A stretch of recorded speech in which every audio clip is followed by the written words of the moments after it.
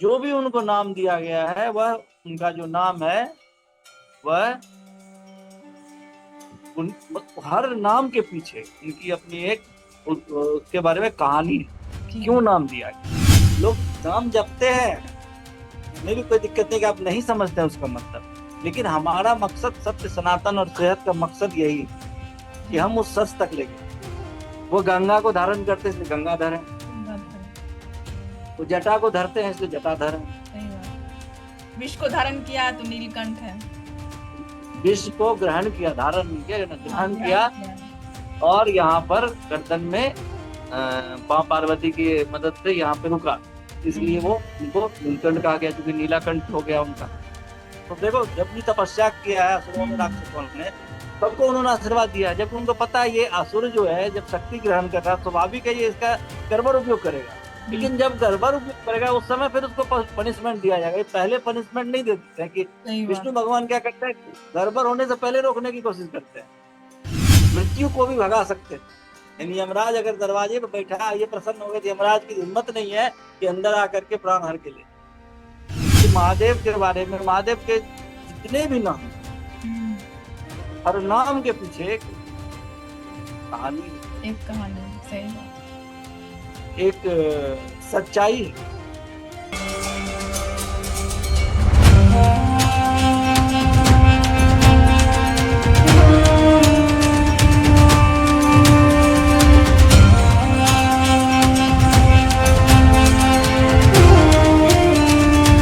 हर नाम के पीछे छुपा है एक ब्रह्मांडीय रहस्य। हर नाम एक ब्रह्मांड, हर नाम एक शक्ति, और इनके पीछे छिपी हैं कथाएं, विज्ञान और रहस्य। कहा जाता है कि महादेव को सिर्फ पूजा नहीं जाता बल्कि उन्हें समझना पड़ता है, और सावन का यह महीना शिव को समझने वाला महीना है। महादेव के बहुत सारे नाम हैं और इन्हीं नामों के माध्यम से हम आपको इस यात्रा पर ले चलेंगे। और इस यात्रा में हमारे साथ हैं वरिष्ठ पत्रकार लोकेश भारती जी, जो कि हमारे सनातन और संस्कृति के बारे में अच्छी तरह से जानते हैं और उनका विश्लेषण करते हैं। तो चलते हैं सीधा उन्हीं के पास। नमस्कार, स्वागत है आपका सत्य सनातन और सेहत में। हमारे साथ हैं देश के जाने माने पत्रकार लोकेश भारती जी। आप सभी इनसे परिचित हैं। सर, सावन की शुरुआत हो चुकी है, महादेव के बहुत सारे नाम हैं और जानना चाहते हैं हम सब कि इनके पीछे की कहानी क्या है, क्या सच है, मतलब किस तरह से पूजा करें या फिर क्यों पता किस तरह से पूजा करें, ये तो जो पंडित जी लोग हैं वो बताएंगे। इनके पीछे के नाम के, इनका जो अलग अलग नाम है वो क्यों है और उसके पीछे का सच क्या है, मैं इस पे बात करूंगी। सवाल तुम्हारा अच्छा है, तुम्हारे सवाल समझ गया। तो महादेव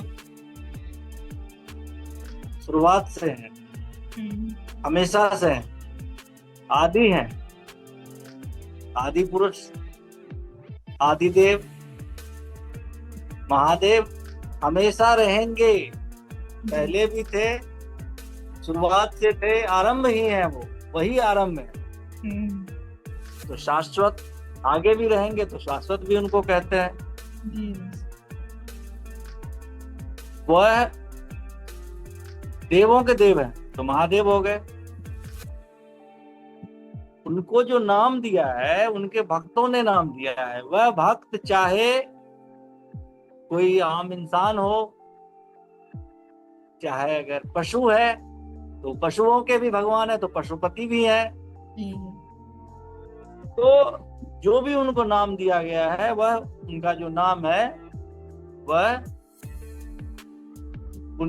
हर नाम के पीछे उनकी अपनी एक उसके बारे में कहानी है, क्यों नाम दिया गया, एक सच है।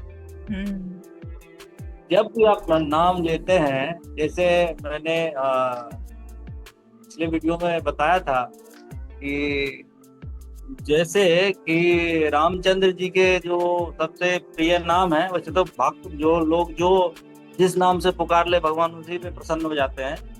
फिर भी जब रामचंद्र जी के का यहाँ अपनी धरती पर इस लोक में आगमन हुआ था, अवतार लिए थे, तो उनको उनके कुछ प्रियजन जो है अलग अलग नाम से बुलाते थे। इसकी चर्चा हमने किया था एक श्लोक के द्वारा कि रामाय रामचंद्राय रामभद्राय रामाय रामभद्राय रामचंद्राय वेदसे रघुनाथाय नाथाय सीतापति नमः। इसमें रामचंद्र जी का अलग अलग नाम आ जाता है। उसी तरह से महादेव के लिए जो है रावण ने भी जब उनको प्रसन्न करने के लिए एक बड़े अच्छे, पता है तुम्हें शायद ज्यादातर लोग को पता ही होगा कि शिव तांडव स्रोत की रचना हुई थी।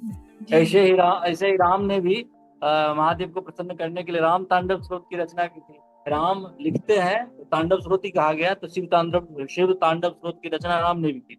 तो उसमें कई जगह पे महादेव का नाम आता है अलग अलग, जिसमें कि उनका जो वो खुद पहनते हैं, धारण करते हैं, या उन्होंने जो किया है उसको लेकर के बातचीत है, उसके बारे में बताया गया है। उन्हीं में से नाम को निकाल करके बहुत सारे नाम है महादेव के, क्योंकि महादेव शाश्वत हैं, शुरुआत से हैं, जब से यह ब्रह्मांड बना है, सृष्टि बनी तब से हैं, या उससे पहले से भी हैं और आगे भी रहेंगे, इसलिए उनको शाश्वत भी कहा गया है।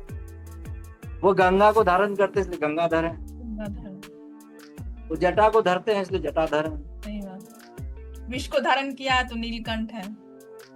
विष को ग्रहण किया, धारण नहीं किया, ग्रहण किया, और यहाँ पर गर्दन में मां पार्वती की मदद से यहाँ पे रुका, इसलिए वो उनको नीलकंठ कहा गया, क्योंकि नीलाकंठ हो गया उनका। फिर वो उमा के पति हैं इसलिए उमेश कहे गए, वह उमा के पति हैं इसलिए उमेश कहे गए। वह सती के पति है इसलिए सतीश कहे गए। अच्छा, देखो हर नाम के पीछे कुछ ना कुछ कहानी है, जो मैंने पहले भी कहा था कि एक सच है, सब नाम के पीछे एक सच है, उस सच को हमें समझना। पर्वतों के भी वो ईश्वर हैं, पर्वतों के ईश्वर हैं, तो पर्वत को क्या बोलते हैं? गिरी जी, गिरी, गिरीश भी इसलिए नाम पड़ा है। अच्छा, जैसे राम को सीतापति कहते हैं, इनको पार्वती पति कहते हैं। उन्होंने कामदेव को काम पर पूरा काबू कर लिया, कामदेव को भस्म कर दिया, इसलिए उनको कहा गया कामारी। कामारी, काम को मारने वाले। अच्छा, जैसे कि त्रिपुर का नाश करने वाला, राक्षसों का नाश करने त्रिपुरारी कहा गया, वैसे ही काम को मारने वाले उनको कामारी कहा गया। लोग नाम जपते हैं, उसमें भी कोई दिक्कत नहीं कि आप नहीं समझते उसका मतलब, लेकिन हमारा मकसद सत्य, सनातन और सेहत का मकसद यही है कि हम उस सच तक लेके। जहाँ तक पूजा करने का तरीका है, कैसे करना, ये पंडित जी बताएंगे, बाकी चीज बताएंगे। मैं इसमें यह मानता हूँ, मेरी अपनी यह राय हो सकती है कि आपको कैसे पूजा करना है, ये आप तय करें। जी जी। महादेव के लिए तो वैसे भी कोई विधान नहीं है, वो तो सच्ची भी स्वीकार कर लेते हैं, बस आप में भाव होना चाहिए। वह केवल भाव देखते हैं, महादेव क्या देखते हैं? भाव देखते हैं। तो इसलिए भाव जब देखते हैं तो दूसरा क्या है कि महादेव सबके हैं, राक्षसों के भी हैं, असुरों के भी हैं, सबका जो है वो दुख दूर करते हैं, पापों को दूर कर देते हैं, इसलिए उनको भोले भंडारी, भोलेनाथ कहा गया। भोले हैं, उनको ज्यादा फर्क नहीं पड़ता है, आपने मन से कर दिया भजन हो गए, हम आपके हो गए। वो महादेव ये नहीं देखते कि कौन है ये, बस भक्ति उनकी। अगर देखो समझो बात, जब एक कोई शख्स, चाहे वो असुर हो या देखो जब भी तपस्या किया है असुरों ने, राक्षसों ने, सबको उन्होंने आशीर्वाद दिया, जब उनको पता है ये असुर जो है जब शक्ति ग्रहण कर रहा है, स्वाभाविक है ये इसका गड़बड़ उपयोग करेगा, लेकिन जब गड़बड़ उपयोग करेगा उस समय फिर उसको पनिशमेंट दिया जाएगा। पहले पनिशमेंट नहीं देते हैं कि विष्णु भगवान क्या करते हैं, गड़बड़ होने से पहले रोकने की कोशिश करते हैं। ये कहते कोई बात नहीं करो भाई, हम हैं, हमसे बाहर कहाँ जाओगे, सही बात, हम ही तो हैं। जब इनको गुस्सा आता है तो रुद्र हो जाते हैं, बिल्कुल सही, गुस्से में ये रुद्र हो जाते हैं, तांडव करते हैं। इनके तांडव से तो सब डरता है, क्योंकि इनके हाथ में शूल है, त्रिशूल, त्रिशूल, इसलिए इनको शूल पानी भी कहा गया। अच्छा, इनके धनुष का नाम पिनाक है, पिनाक, इसलिए इनको पिनाकी भी कहा गया, इनको पिनाकी भी कहा गया। एक और चीज मैं कहना चाह रहा था कि ये महादेव के बारे में ऐसा कहा जाता है कि बहुत जल्दी जल्दी खुश होते हैं, आपके अच्छे कर्मों से बहुत जल्दी खुश होते हैं और आपको आशीर्वाद देते हैं। इसके लिए भी एक नाम दिया है इनके भक्तों ने, आशुतोष। अच्छा, आशु बहुत जल्दी तो संतुष्ट होने वाले, जल्दी खुश होने वाले भगवान है महादेव भोलेनाथ, इसीलिए इनको आशुतोष भी कहा गया है। फिर 3 आंख है, ये तो तुम्हें पता है, 3 आंख वाले जो है बहुत सबसे ज्यादा है। जी जी, त्र्यंबक भी बोला गया है इनको, त्रिपुरारी भी बोला गया है। फिर मृत्यु, अगर कोई भक्त, तुमको पता है एकमात्र ऐसे भगवान है जिनके बारे में कहा जाता है कि ये मृत्यु को भी भगा सकते हैं। यानी यमराज अगर दरवाजे पर बैठा है, ये प्रसन्न हो गए तो यमराज की हिम्मत नहीं है कि अंदर आकर के प्राण हर के ले। इसके लिए मृत्युंजय मंत्र का जाप भी लोग कराते हैं।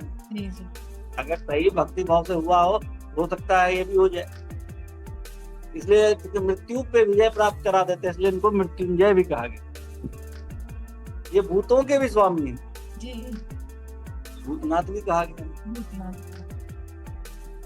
तो तुम अगर देखोगी तो इसमें कई सारे जो है इनके नाम हैं। मैं अभी एक बात कह रहा था कि जब जन्म मृत्यु तो पता है सब ऊपर वाले के हाथ है। जब मृत्यु होती है और आत्मा जो है वो भव सागर को पार जाने का होता है, भव सागर को पार कराने में भी महादेव की भूमिका होती है, इसलिए इनको शंकर पारक कहा गया।